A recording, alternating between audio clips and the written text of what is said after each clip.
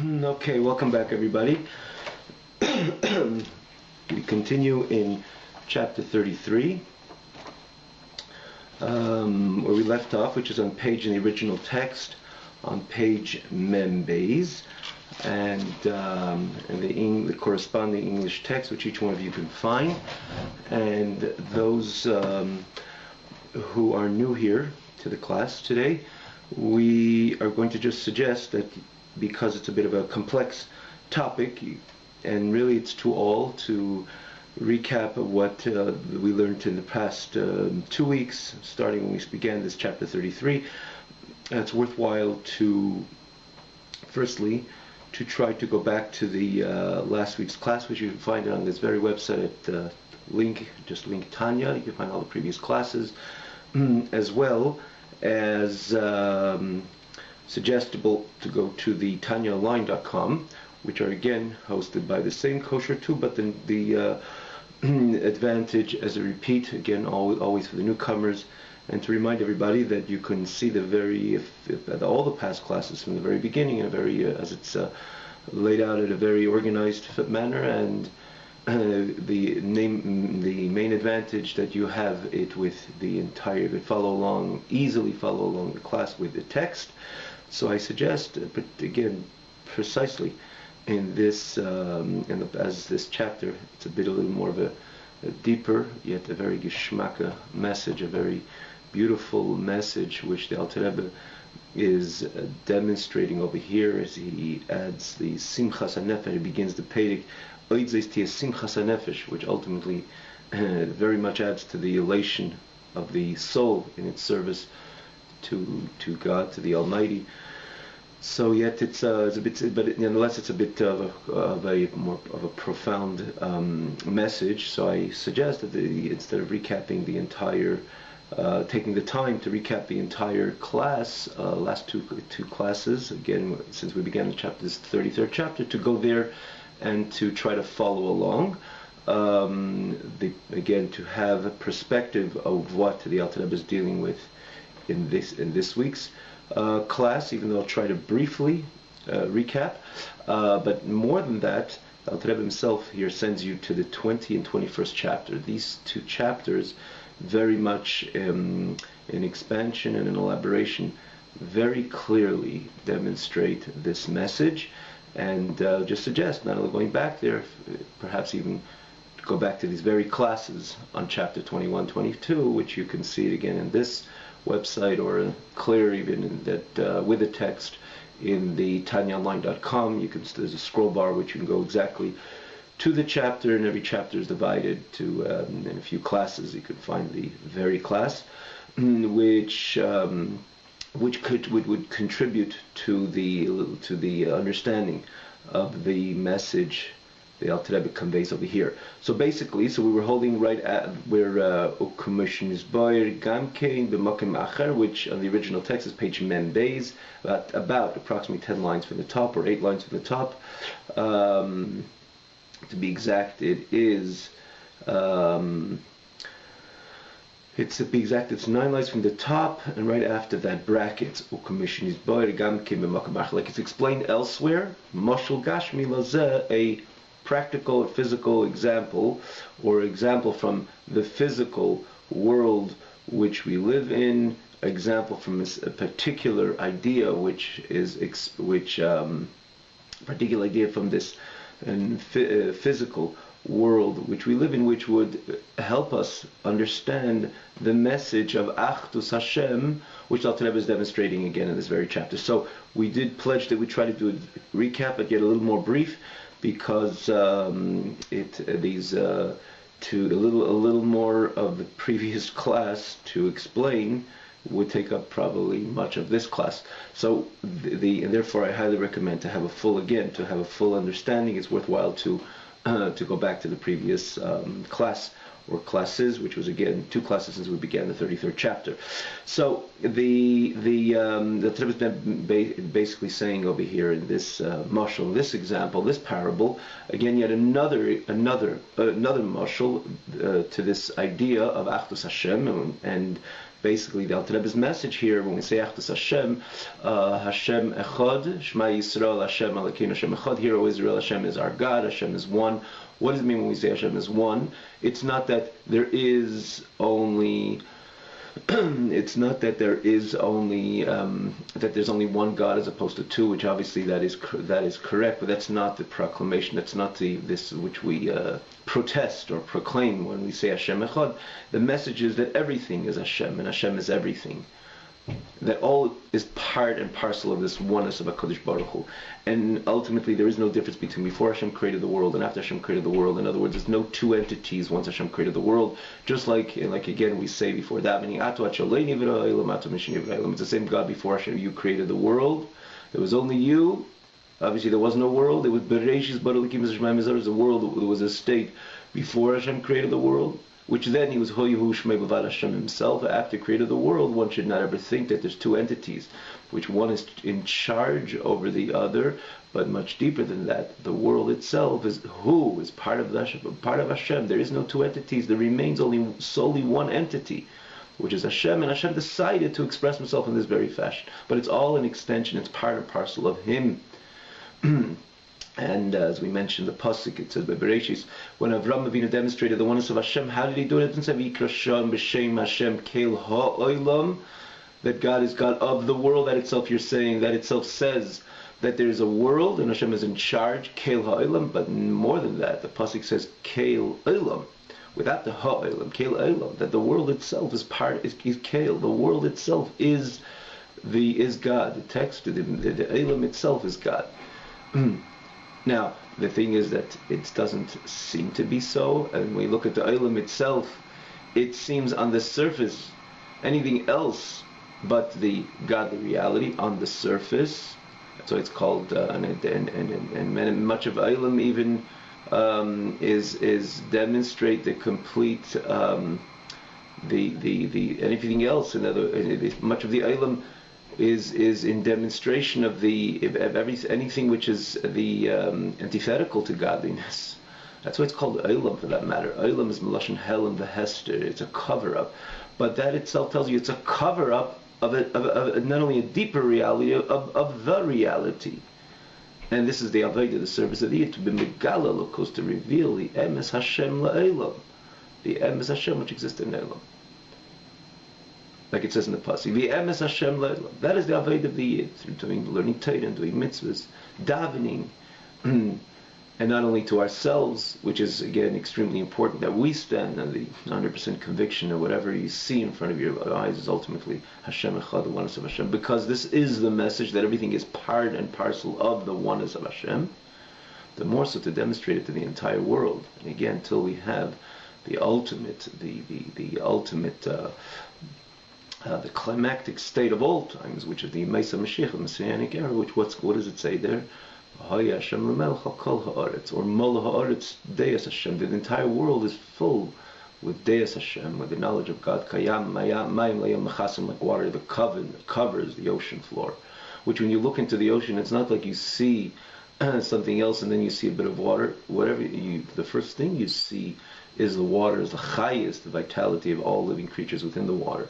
You see the water, you see the chayis, you see the energy. And then you look deeper, you see that there's something living on there which is nourishing from that energy. But on the surface, what do you see? You see the energy itself. Again, the energy to everything. Mayim, water, is the energy that lives in the ocean, in water. But what do you see? You see the chay, you see the emes. And then you look deeper, or you look further, and you see that there are creatures which again ultimately are receiving their energy, nourishing their energy, receiving their energy and nourishing their vitality from the water. But whether you see the first, you see the chayis, you see the energy itself. This is what it says, Mashiach comes, the entire world will be filled with the knowledge of Hashem. In other words, what we will see first, we will see godliness. And then we will realize there are creation, with a creation which is receiving its energy from godliness. But the first thing we will see is the emes. We'll see the emes Hashem Leilam. And this will be obvious, and this will be apparent to the human eye. V'ro kol basar yachtov. Doesn't say only the neshama will see, but the ki ayin b'ayin yiru, the eye, it'll be apparent and it'll be obvious to the human eye, and even the flesh, our most physical part of the human being, will be able to relate to this obvious reality in the expression in terms of chassidus elokus b'pshitus and elam is b'schachus, which means godliness will be the obvious, similar to the water, which is the energy of everything that lives within the water, and then and elam is everything else will be something. Oh, that is also there. Hashem decided to express Himself through creation, but that creation which is dependent and is constantly receiving. It'll be obvious that it constantly receives its energy from Dvar Hashem, from the word of Hashem, which is Mahava, Mechayim, Mekayim, which gives life and existence to every creature. But what would be the, again, Basar Mamar, this is Bidvar Hashem Shemayim Nasu, or the Dibur of HaKadosh Baruch Hu, Basar Mamar, is Nivra Ha'elam, where the energy, where HaKadosh Baruch Hu created the world then, and constantly creates the world, and Mechadish, like we say in Davening, Mechadish Betuvi B'chol Yem Tamim Masav Bereshis. On a constant basis, Hashem is revitalizing the world with the same energy which He originally created the world.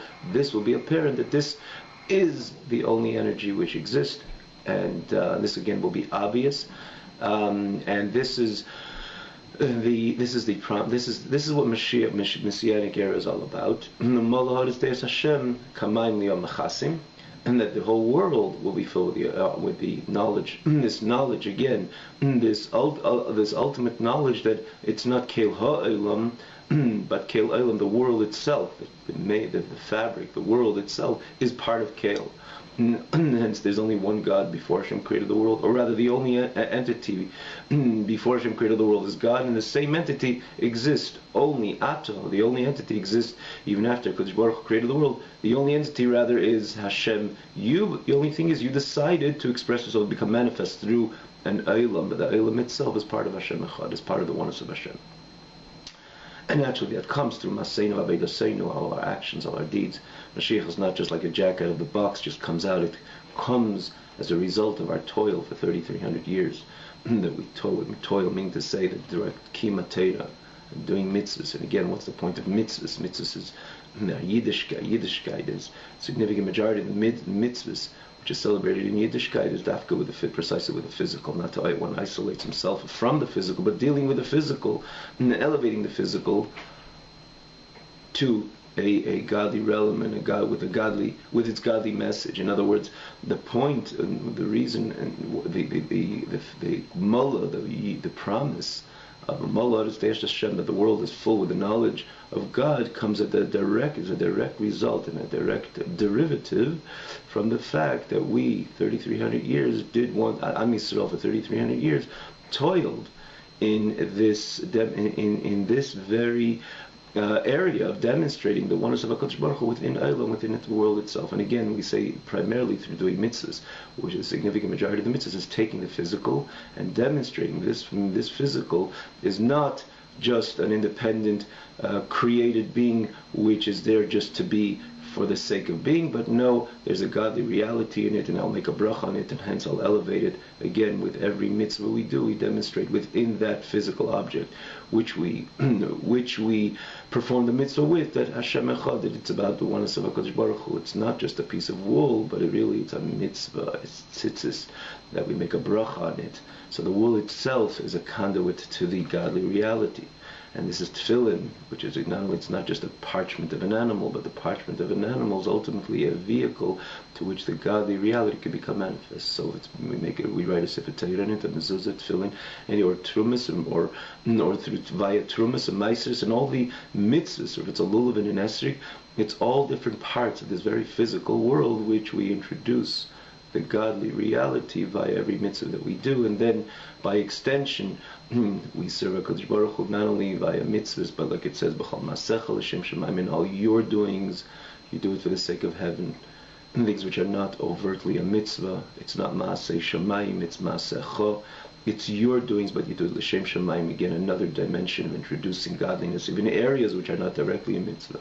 Or like the pasuk says, "B'chol drachecha da'ehu." In all your ways know God, and the pasuk is precise to say these are not darkei shamayim. It's not a mitzvah, which is primarily a derech shamayim, a heavenly way. It's darkecha, b'chol drachecha. Rather, it's your way. It's your affairs. Naturally, in a kosher way, but all your affairs, if it's eating or sleeping and so on and so forth. Da'ehu. You know HaKadosh Baruch Hu there. You bring the knowledge of HaKadosh Baruch Hu even there. So again, by extension, we reveal godliness in so many different areas and ways, multiple different areas and ways, which ultimately, through this da'ehu, we seek and we bring godliness, again, the knowledge of godliness in every detail of reality. Consequently, we reach a time, this very important state of the Mashiach will come, the Messianic era will the entire earth, our entire land will be filled with the knowledge of God. So this is, again, probably went off a little bit to explain it how it is in Avodah, but the Alter Rebbe in the last 2 weeks, he pointed out very strongly this idea, and last week he brought one important mashal, one important example demonstrating this idea, which again, highly recommended to look at last week's class and in these addresses which we gave over here, and again, namely, in to find it, seek it out or find it in the chapters 20-21. Alter Rebbe himself sends you there to have clarity in the above mentioned example. This week, Alter Rebbe adds another example of, again, the point of Hashem Echad, demonstration of Hashem Echad, or demonstrating this very point. What Achdus Hashem is, that ultimately everything is part and parcel of the oneness of Hashem. Not that there is an Eilam, there's a world, and God is in charge of a world, which says that there's a separate entity other than Hashem, an Eilam. Hashem is in charge, but there's still a separate entity. No. The Eilam itself is part of Achdus Hashem, it's part of the oneness of HaKadosh Baruch Hu. And again, it's ultimately, as we mentioned last week, this brings out, and Alter Rebbe will culminate naturally this message that ultimately we ought to feel so close to HaKadosh Baruch Hu.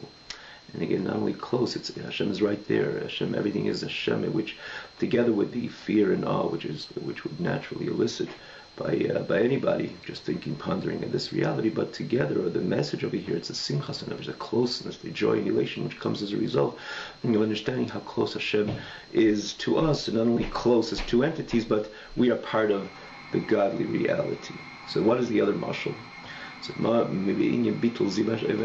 Rebbe continues with this new mashal, with this new example, which he never mentioned yet before. It's the first time that Alter Rebbe introduces here, even though he mentions it later in the second part of Tanya, Shar Yechid V'Emunah, and many, many times in Chassidus and other important works of the Alter Rebbe. And in this case, again, the first time he introduces this is here in this very chapter, and he gives this example. What is the example? Bitul Ziva Eid Hashemesh B'Mkeirei. Translated in these words, translating these words itself, is the nullification of the ray, the light of the sun in its source, Huguf Kader Hashemesh, which is the ball of the sun itself, Shabirikiya, which is up there in heaven. And what Alter Rebbe is basically saying is, in the example, try to say it orally, and again, repeat these words that. I have to see it inside in the text. Basically, the mashal is like this. When you see, for example, the light of the sun, when you're affected by the light of the sun, maybe it's warmth, maybe it's light. What are you appreciating? What are you enjoying? You're not enjoying the sun. I opened my back door, and the sun was right in my backyard. The sun was not in your backyard. Perhaps you express yourself like that, but the sun was not in your backyard. The sun is millions of miles away from you. And for that matter, been too close, there wouldn't be a backyard, there wouldn't be a home. We would be consumed into the heat of the sun. Everything would be burnt up to the heat of the sun. The sun is millions of miles away. What do we benefit from? We benefit from the ray of the sun, the light of the sun, which is stemming, which is extending itself from the sun. So it's not so there's the moyer and the eir, as it says in the based on like it says in the pasuk. Shnei me'er sagdem, and there's the eir. Moyer is the illuminator, and eir is the light. The illuminator and the light. The light stems from the illuminator. So the air, what we benefit, the air, the ray, and the light of the sun is just an extension of the the sun itself, which is the illuminator, which is the ma'ir. So that's where we can appreciate. That is what we appreciate: the warmth, the light, and so on and so forth. Now, where does this air, where does this ray or this light, this stream of light, begin, commence, initiate? Does it initiate once the ball of the sun comes to conclusion? In other words, the end of the ball of the sun, there's the sun, the illuminator, and from the illuminator, when the illuminator finishes, in other words, the border at the edge and the end of the edge of the illuminator, then begins the ray. That's where the initiation of the ray, that's where the initiation of the light, the air from the Meir begins. That's what one would naturally say, because when you're dealing with the Meir itself, the illuminator itself, excuse me, dealing with the illuminator itself, it is not in the place where the Eir is. The whole notion of Eir, where can we appreciate Eir? Where can we appreciate this ray, this light, is after the conclusion, or after the termination, or after the end of the expression, or the place, the domain of the Ma'ir of the illuminator, right? There's the sun, and then after the sun finishes, because that's when the Eir and the Ziv begin. That's when the light and the ray commence, initiate in order to shine wherever the ray shines. Because within the illuminator itself, when you look at the illuminator itself, there is no Eir, there's Ma'ir, there's the illuminator. That's what it is apparently on the surface. But if you think this is not the message of the Alter Rebbe, if you think of it deeper, one could understand and thoroughly appreciate that this doesn't begin only in the once there's the conclusion of the Ma'ir, once the ending domain of the Ma'ir, or the end domain of the Ma'ir, the illuminator, that's when the Eir begins. Because if the Eir, if this light, if this ray has the koach, has the energy to project, to set up its light out of the domain of the Ma'ir, out of the domain of the illuminator, how much more so it is within the illuminator. The only difference is within the illuminator, it's so overwhelmed by the illuminator itself, so it doesn't have the ability even to express itself in any form or fashion. And when you look at the Ma'ir, you look at the illuminator, you don't see the Eir itself, you don't see the light, you don't see the ray, because it's overwhelmed by the presence of the Ma'ir. But if you think about this conceptually, if it has the ability to express itself out of the Ma'ir, out of the illuminator, how much more so, understandably, inevitably, it has the ability, or its koach begins when it's within the illuminator, within the sun. As an example, we choose this illuminator as this example. As the Alter Rebbe chooses this illuminator, again, it could exist in other different areas. You think about it in the candle as well, but the Alter Rebbe speaks about the Shemesh, the sun, which is again the greatest illuminator, which we know about, which exists rather in all of creation, in all of being. So the Rebbe chooses the mashal of the sun because it makes it so clear, because this is what we benefit from the sun. We benefit from the sun in so many different ways. Makes our plants grow, and again warm and warmth and heat and so and warmth and light and so on and so forth. But with the message of the Alter Rebbe, if it has the ability to shine out of the domain of the illuminator, in other words, once it's distant, the first step, the first even smallest step out of its source, it has that koach, that energy, that potency to shine and have all its accomplishments, wherever it shines and wherever it accomplishes, how much more so it has that same energy within the illuminator. Because again, if it has the ability to express itself out of the domain of the illuminator, how much more so has the ability to express itself within the domain of the illuminator. The only thing is, within the illuminator, what do you see? You only see the illuminator. You don't see the Shem, because it's completely bottled, it's completely nullified to the overwhelming presence of the illuminator, in this case the Shemesh, the sun itself. And therefore, when you look at the sun itself, in the domain of the sun, there is no Eir. In other words, the Eir V'Ziv, certainly it is like we just said, but it's not apparent, because it's overwhelmed by the Ma'ir, it's overwhelmed by the illuminator. That's the mashal of Alter Rebbe is. And what is the obvious nimshal?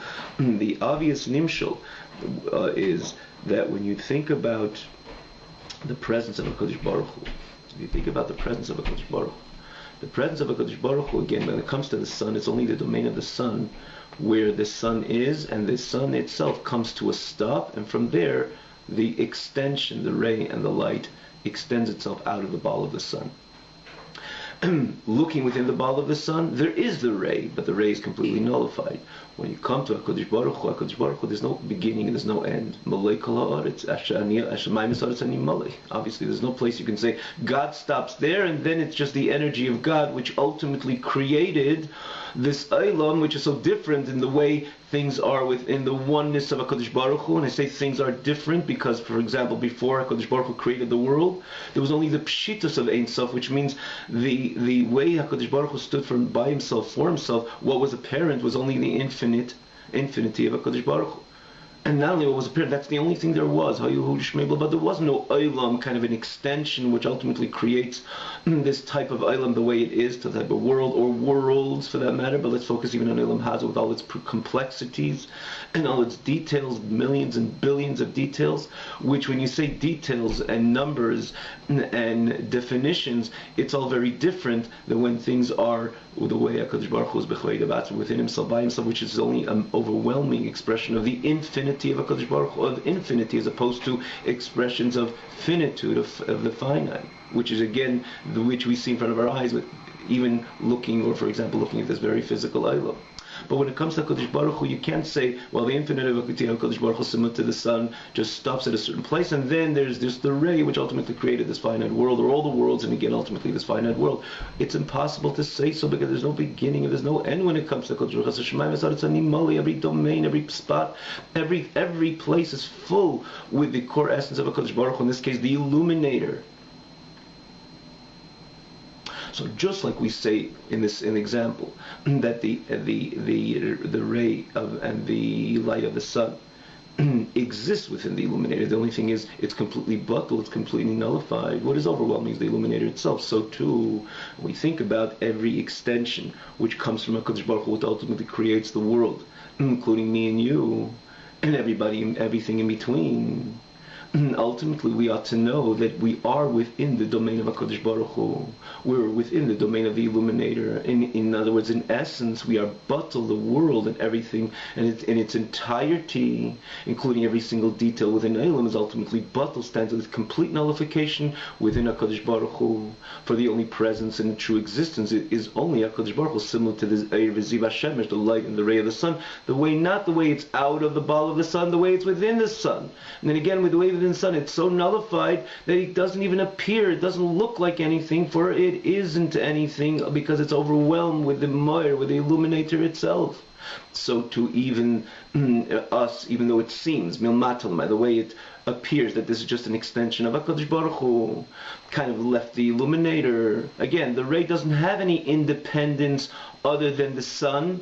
Though we're not dealing with independence. Like we said, the difference of Keil Ha'olam and Keil Olam is not that the world stands in a separate entity and God is not 100% in charge. Even he's 100% in charge, the whole point is that the world is not an entity in its own. Keil Olam says the world is a very mere extension of HaKadosh Baruch Hu.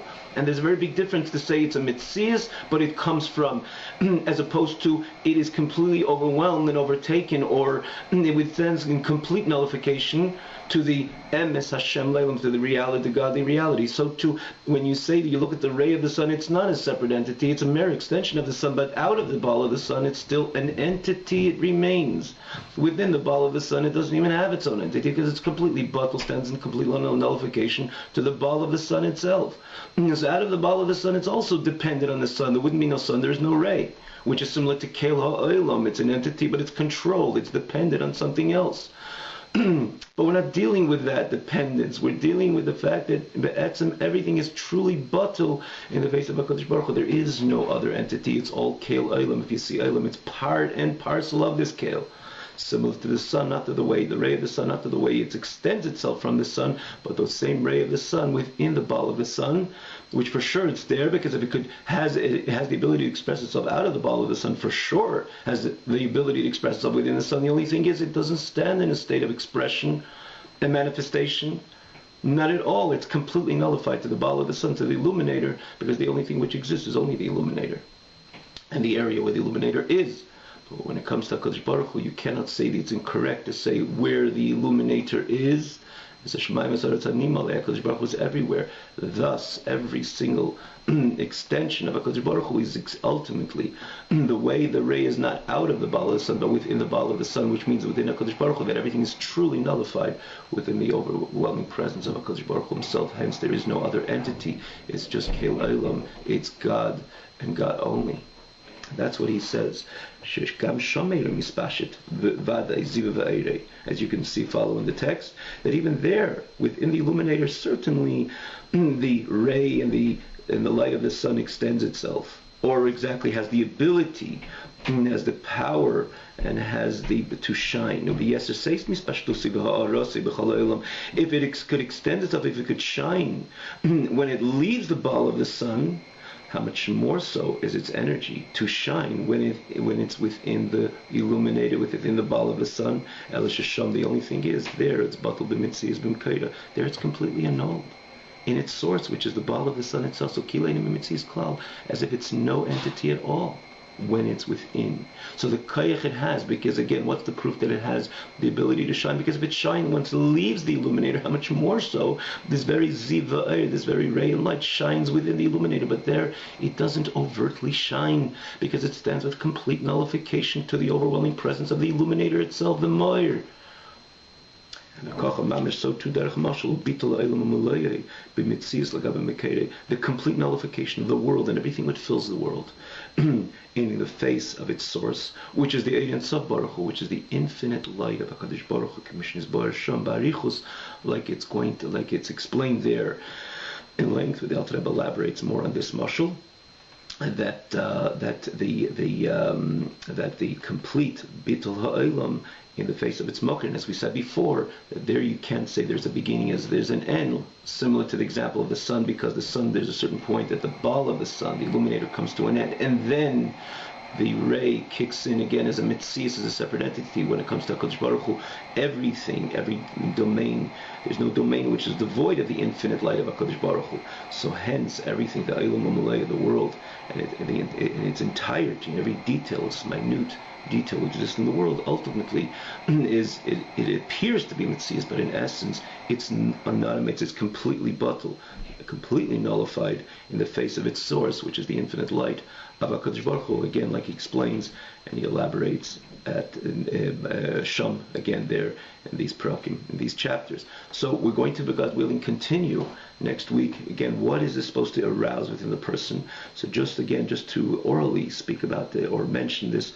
the message over here, or even translating without that, it comes again this next week, where we will pick up Ezra Hashem and what is this supposed to elicit within the person. But generally, the notion of simcha and elation, that we're part and parcel of this godly reality, that in one hand it's God himself, who has the audacity even to come close to HaKadosh Baruch Hu, but in the same token is great HaKadosh Baruch Hu, with all its reberememusin and his exaltedness and his greatness, is so close to us and part and parcel of us, and therefore it should just elicit the simcha and the gilas and the simchas hanefesh and gilas hanefesh, the joy and elation of the soul in its service to HaKadosh Baruch Hu. Have a wonderful evening.